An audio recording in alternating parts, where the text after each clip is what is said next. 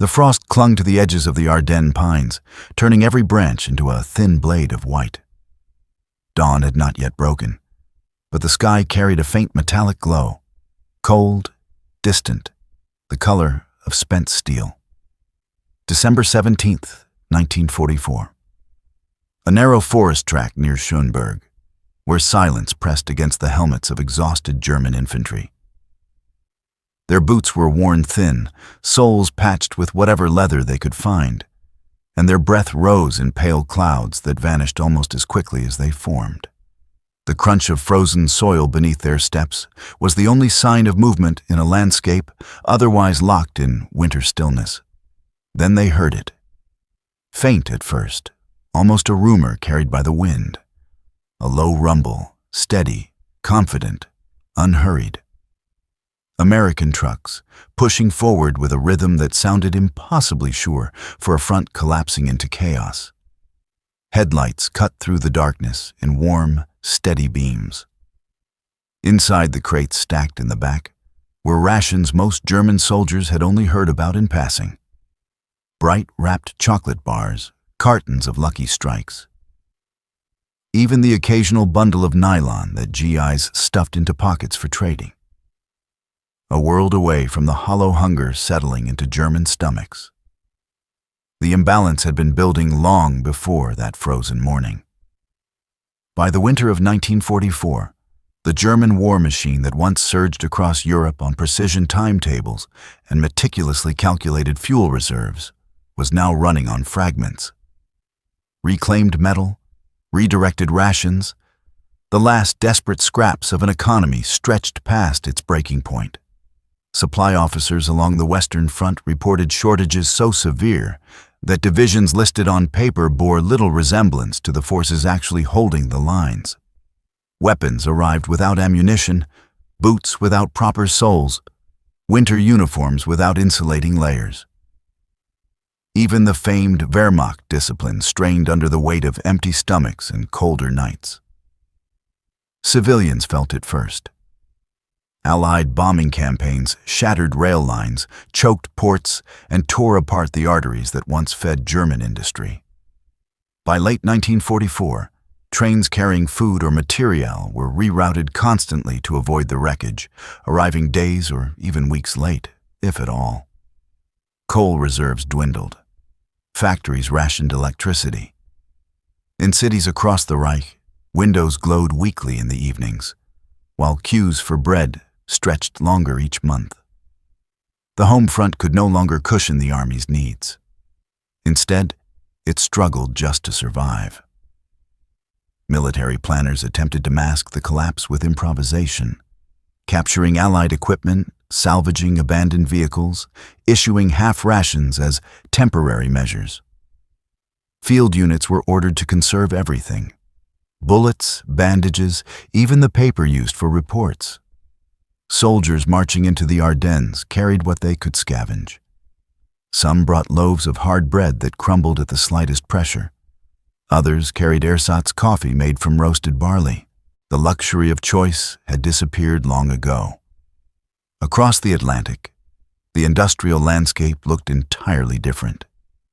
The United States, protected by oceans and powered by an economy already larger than all Axis nations combined, turned entire cities into engines of war. Assembly lines produced rifles, artillery shells, radios, boots, trucks, thousands every day. Behind each GI, stepping into Belgium or Luxembourg, stood a logistical system so vast that it seemed impossible to German observers. Trains rolled across America with precision. Ports loaded cargo around the clock, and convoys crossed the Atlantic in waves.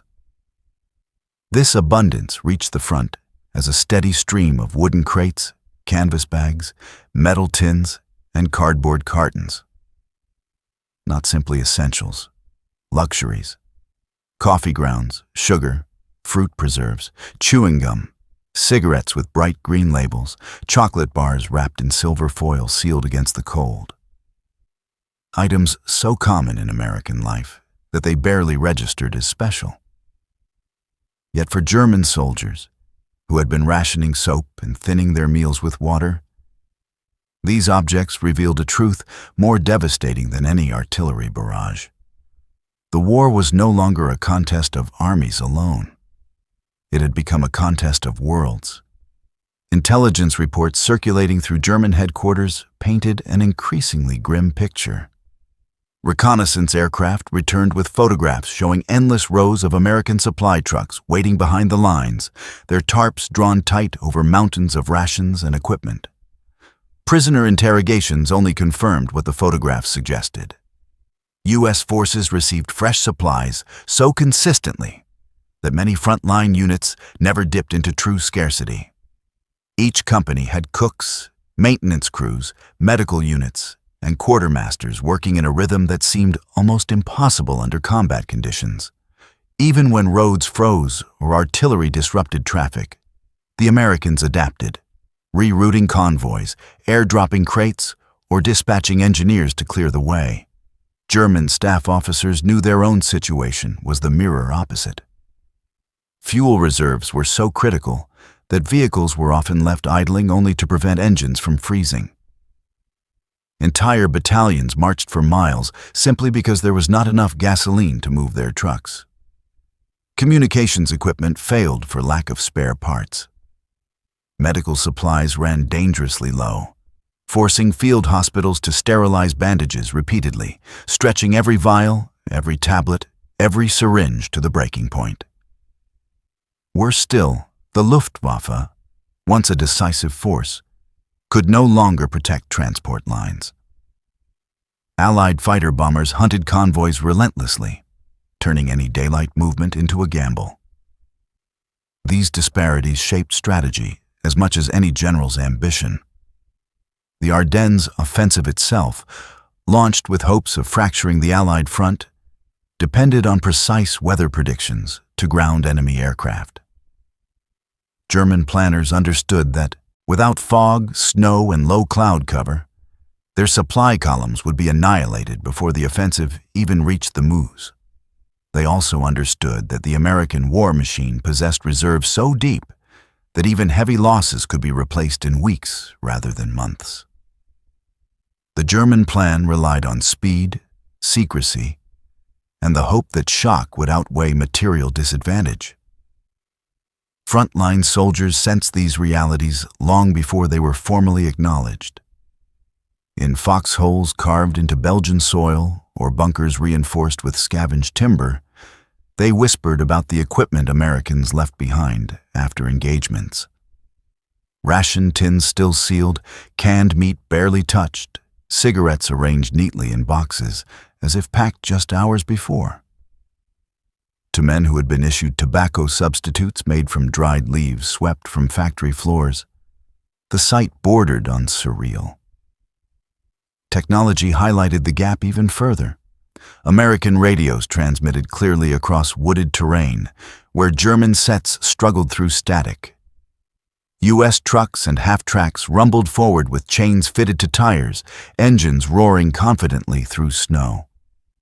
German vehicles sputtered, their fuel diluted or their carburetors clogged by the cold. Even small details, dry socks, wool liners, insulated gloves, signaled a nation not merely supplying an army, but sustaining it with an almost industrial generosity. The contrast would soon become unavoidable on the battlefield itself. The cold pressed deepest at night. German infantry clustered in shallow foxholes lined with pine branches, their breath freezing against their scarves as they leaned close to conserve warmth. Frostbite spread silently through toes and fingers, already worn raw by weeks of marching. Rations issued for a day were stretched across 3, sometimes 4. Each man cutting thin slices from a loaf so dense it felt more like stone than bread. Hunger sharpened their awareness of every sound, trucks in the distance, boots on hard ground, the thump of artillery in the far-off dark. In those moments, even the faint scent drifting from captured American positions, coffee heating in mess tins, chocolate melting in a soldier's pocket, felt like another battlefield humiliation. The front-line geography amplified the contrast. American forces established positions with the confidence of units anchored by dependable supply lines. Their encampments glowed with small cooking fires protected by tin shields. Medics moved through the ranks with fresh bandages and sulfa powder.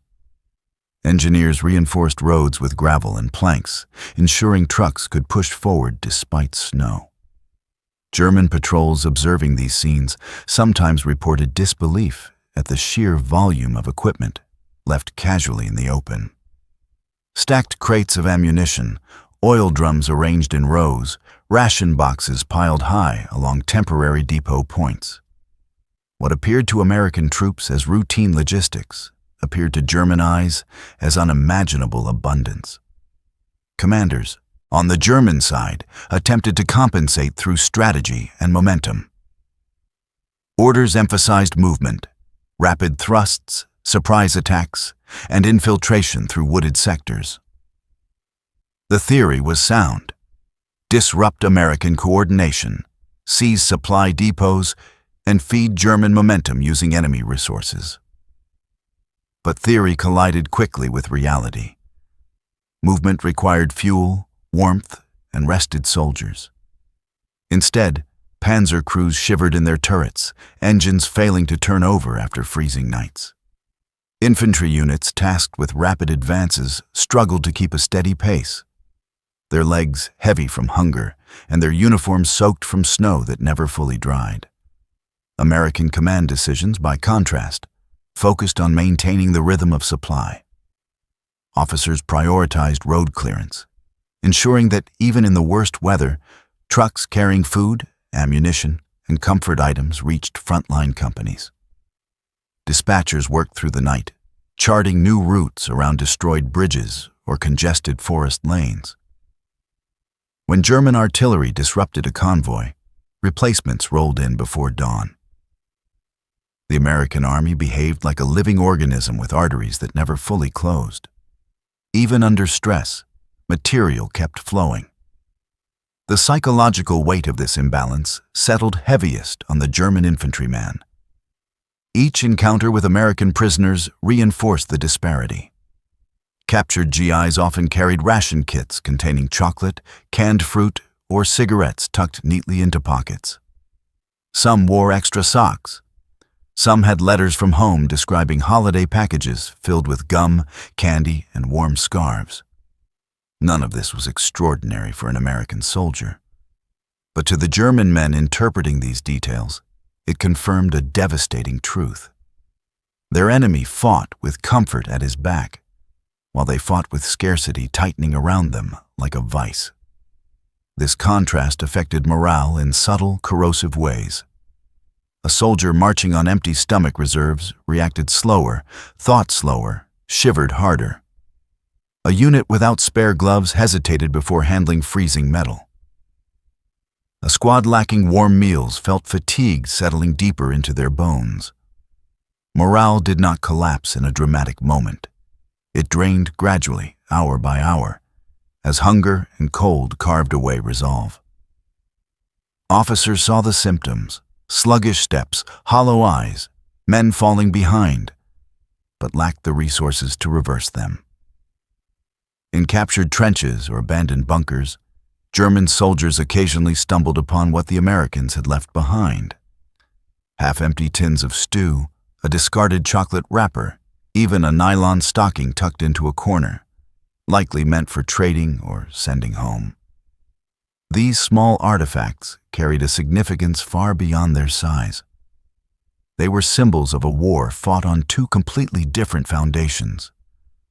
One collapsing, the other overflowing. The battlefield was not only shaped by bullets and shells. It was shaped by what each army could carry to the line.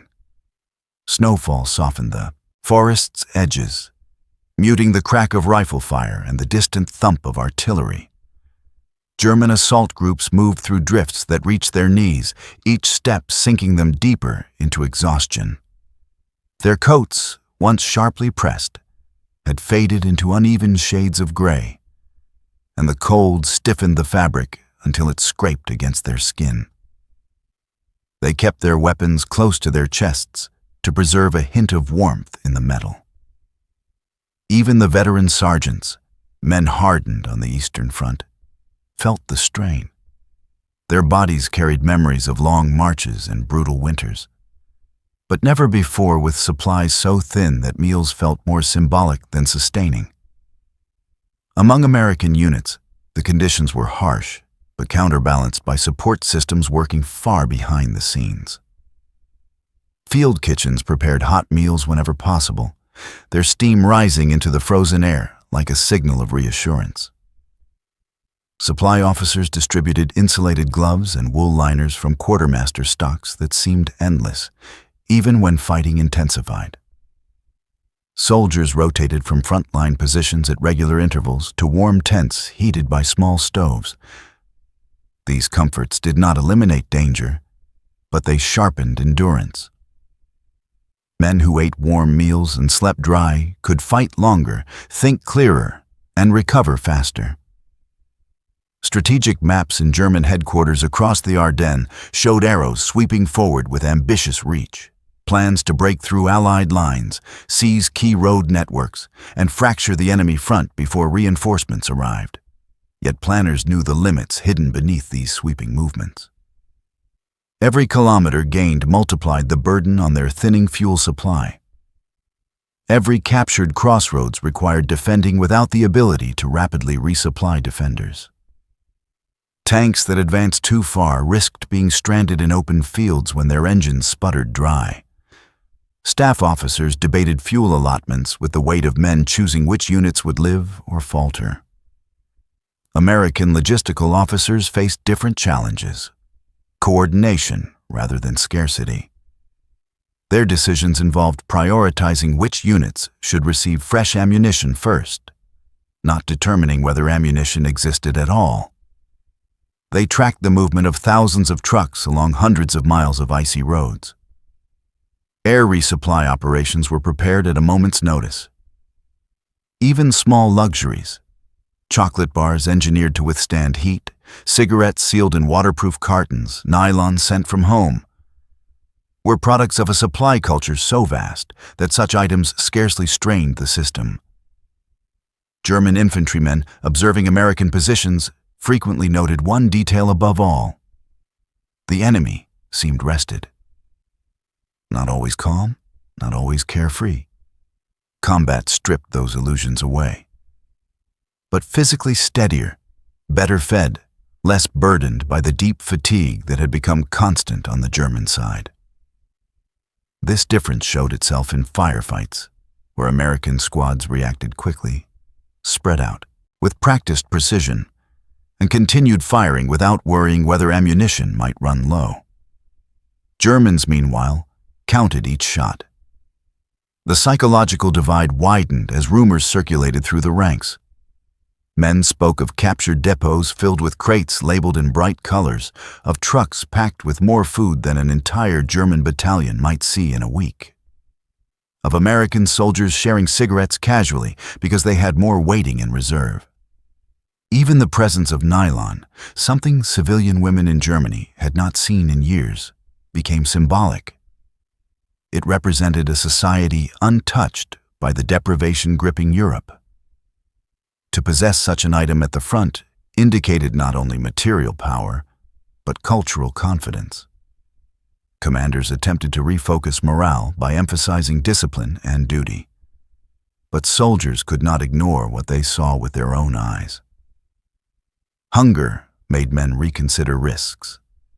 Cold made them hesitate where decisiveness was required. A war once driven by momentum and belief now felt increasingly like a test of endurance under unequal conditions. Officers understood this unspoken truth.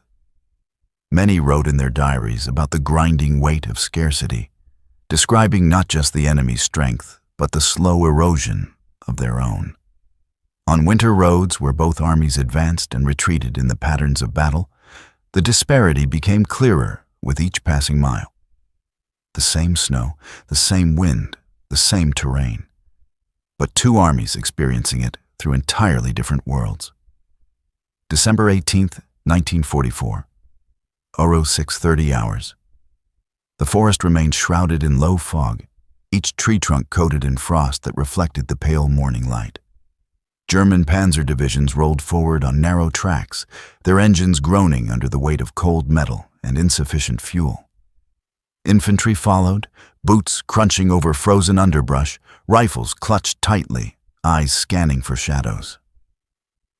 The attack was meant to surprise, to cut through the Allied lines before reinforcements could arrive. Instead, the soldiers felt the weight of scarcity pressing against every movement. American forward positions stirred to life. Mess tents had long since been struck, but cooking fires left embers that warmed the air with faint scents of coffee and sizzling rations. Riflemen adjusted their scarves and gloves, their breath forming small clouds that disappeared into the fog. Supply crates lined temporary depots, stacked neatly beside half-tracks ready to move at a moment's notice. Officers checked watches and maps, signaling platoons into positions with efficient gestures, as if the fog itself could not obscure the confidence instilled by reliable support.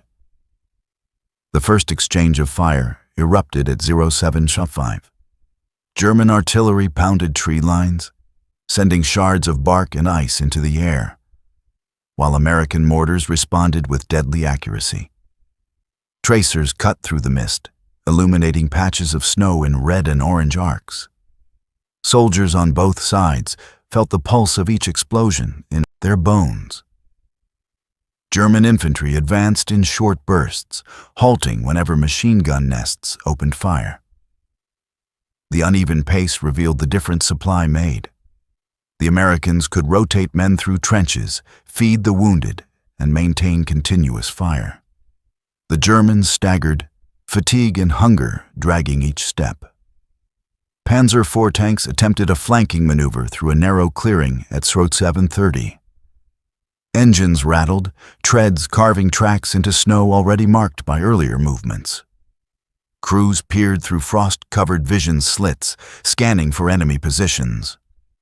One tank was hit by a precise artillery round, splintering the turret and scattering fragments across frozen earth.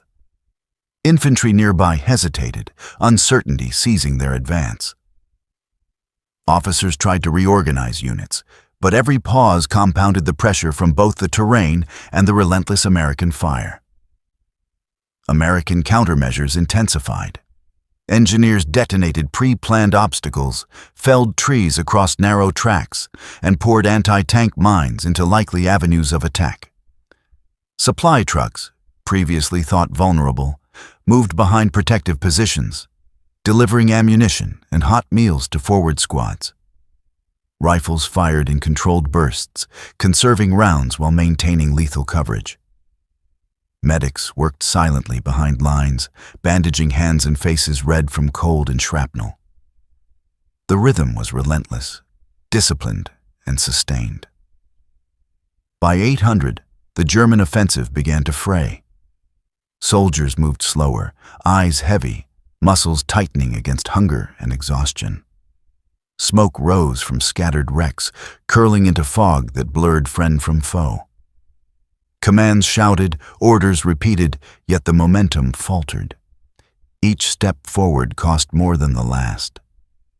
The disparity was no longer abstract. It was visible in every fallen comrade, every stalled vehicle, every abandoned rifle. The Americans fought with a depth of support that German planners could not fully overcome, no matter how audacious the plan.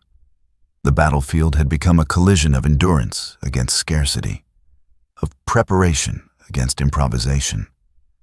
What should have been a calculated thrust now depended on sheer persistence, as frozen men pushed through wind, smoke, and snow. Each breath a reminder of the impossible odds against them.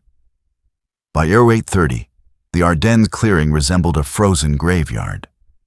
Tank hulks, stripped of fuel or pierced by artillery, lay scattered like discarded toys. Snow darkened with oil and blood, mingling with the gray fog that had yet to lift. German units pressed forward despite the carnage, their faces drawn, fingers stiff, eyes narrowing against the bitter wind. Each step was measured, cautious, haunted by the memory of the first losses. Yet for every exhausted soldier, American lines held with uncanny steadiness. Every attempt to breach a trench was met with rapid, precise fire, supported by overlapping fields of vision, wired obstacles, and resupplied machine gun positions. The Americans adjusted almost instinctively. Commanders observed stalled German formations and redirected rifle squads. Artillery crews repositioned to cover choke points, and mortar teams adjusted timing to saturate advancing sectors. Supply columns arrived just behind the front, ammunition boxes tossed down, hot meals distributed, water and medical supplies replacing what the fight consumed.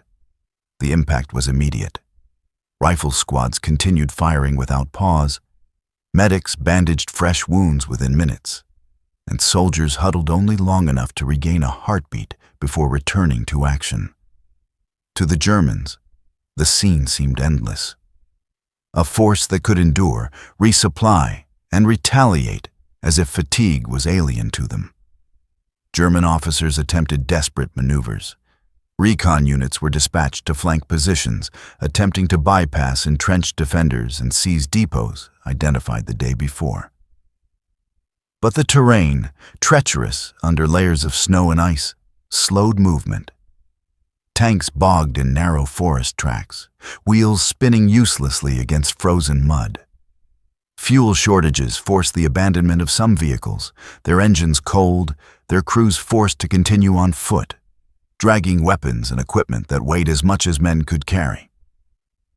Every delay compounded exposure to American fire, and with each fall of a comrade, momentum deteriorated further. By 09:30, the front lines had shifted subtly but irrevocably.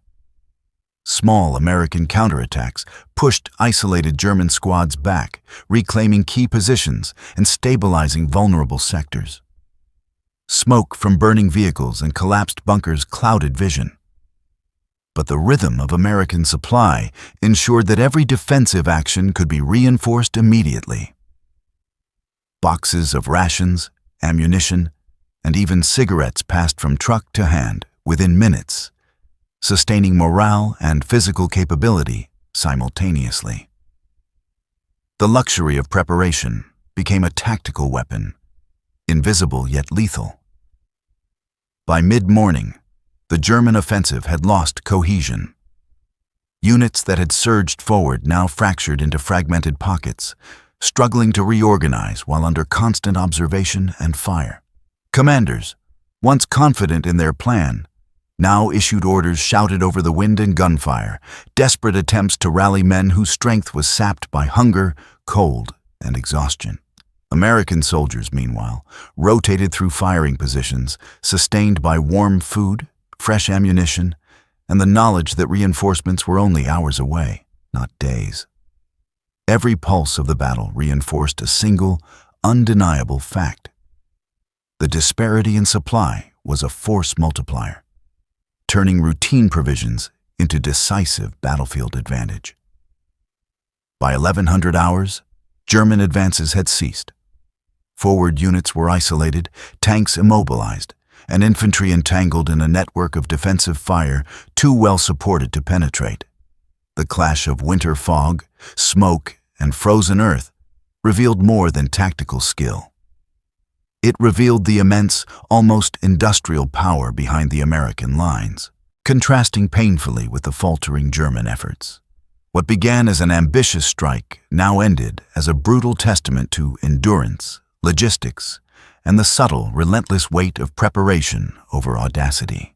Silence descended over the Ardennes clearing like a heavy blanket, broken only by the distant crackle of smoldering wrecks and the faint groans of the wounded.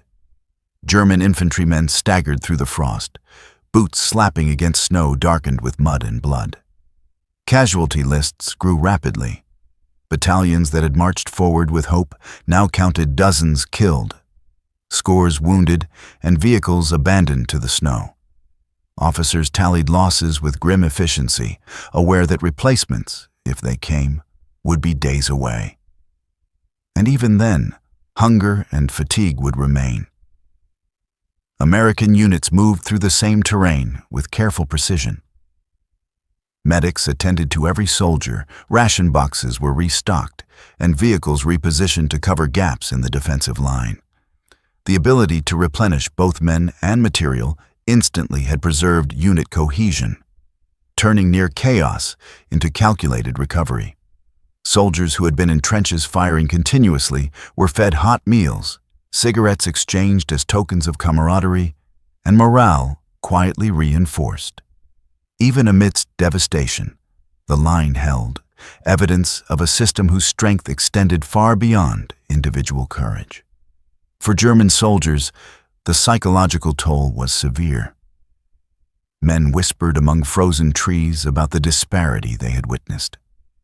The chocolate wrappers, the nylon stockings, the abundance of cigarettes, even the presence of hot meals in a winter forest. Each small symbol of American provisioning reminded them that, no matter how brave or disciplined they were, the enemy fought with comfort, security, and continuity. Luxuries denied to those whose own supply lines had failed. Fatigue, hunger, and frustration gnawed at morale, compounding the losses inflicted by artillery and gunfire. Officers recorded in diaries and after-action reports a quiet despair. The battlefield had proven that audacious planning could be undone not solely by enemy skill, but by an invisible factor: the depth of supply and preparation. Each fallen comrade, each immobilized tank, and each abandoned foxhole was a testament to the subtle, relentless advantage that logistics conferred. Even the landscape bore witness. Snow was trampled into icy ruts, tracks of wheels and boots crisscrossed in chaotic patterns, smoke curling from scattered wreckage. The forest seemed indifferent, yet it preserved the story of disparity etched into every frozen footprint, every spent shell casing, every discarded ration wrapper. The immediate cost was counted in lives, but the human and strategic weight of supply, hunger, and endurance had left an indelible mark on those who survived. Weeks later, the echoes of that Ardennes clash lingered far beyond the frozen forest. German units, withdrawn and reconstituted, carried with them not only the memory of losses, but the stark lesson of disparity. Supply failures that had seemed abstract, short rations, frozen vehicles, worn boots, were now undeniably decisive. Historians would later point to these deficiencies as critical factors undermining the offensive, illustrating that even audacious tactics and disciplined troops could be nullified by the absence of reliable provisions. In the United States, the battle was recorded less for heroics than for the quiet efficiency of a system proving its power. Convoys continued to roll, depots continued to operate, and the human and material resources supporting the front line never wavered. The contrast between the two armies would become a recurring theme in post-war analysis. One built on industrial and logistical superiority, the other gradually eroded by its inability to sustain men under the harshest conditions. For German soldiers, the memory of American abundance lingered. Hershey bars, tins of coffee, cigarettes, and even nylon stockings became symbols not of indulgence, but of tactical advantage. Veterans wrote in diaries about their disbelief at the quantity of supplies their enemies possessed. How such small comforts translated into endurance, sharpness, and morale that German soldiers could not match. These details, seemingly minor in isolation, compounded into an overwhelming psychological pressure, shaping the behavior of men and the decisions of commanders in the weeks that followed. The disparity left its mark on post-war narratives as well. Scholars examining the Ardennes campaign emphasized that war was fought as much by logistics as by firepower. The material gap illuminated broader truths about the conflict. The United States industrial base, combined with foresight and meticulous supply planning, provided an invisible but decisive weapon. German strategies, brilliant in conception, faltered not through lack of courage or initiative, but through the grinding reality of scarcity against abundance. Even today, the Ardennes winter serves as a case study in the silent, often overlooked factors that decide battles. The lesson endures. Victories are rarely won by strategy alone. They are won by preparation, endurance, and the relentless capacity to sustain an army when the cold, hunger, and chaos of war threaten to break it. The winter forest gradually quieted, leaving only the echoes of footsteps, the creak of frozen branches, and the distant hum of vehicles moving along roads cleared of snow. In that silence, the human cost of war became clear, not only in bodies, but in endurance, in the slow grinding of morale, in the intangible weight of scarcity against abundance. The Ardennes had shown that courage alone was insufficient. Even the bravest soldier faltered when his body went unfed, his boots froze, and his lines of supply collapsed. Across the lines, the contrast was stark. American soldiers advanced and defended with the invisible confidence of preparation. Behind them, rations and fuel, medicine and warmth flowing in a steady, reliable current. What might have seemed trivial, chocolate, cigarettes, nylon, became instruments of resilience, sustaining men, sharpening minds, and reinforcing morale. The war was fought as much by logistics as by bullets, and in that cold December forest, the lesson was unmistakable. For historians, strategists, and those who survived, the Ardennes stands as a testament to the profound truth of modern warfare.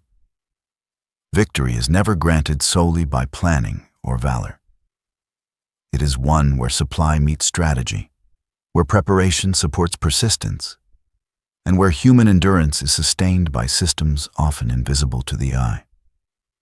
In the frost and fog, amidst loss and exhaustion, the legacy of that disparity endures, a reminder that the smallest comforts, properly applied, can alter the course of history.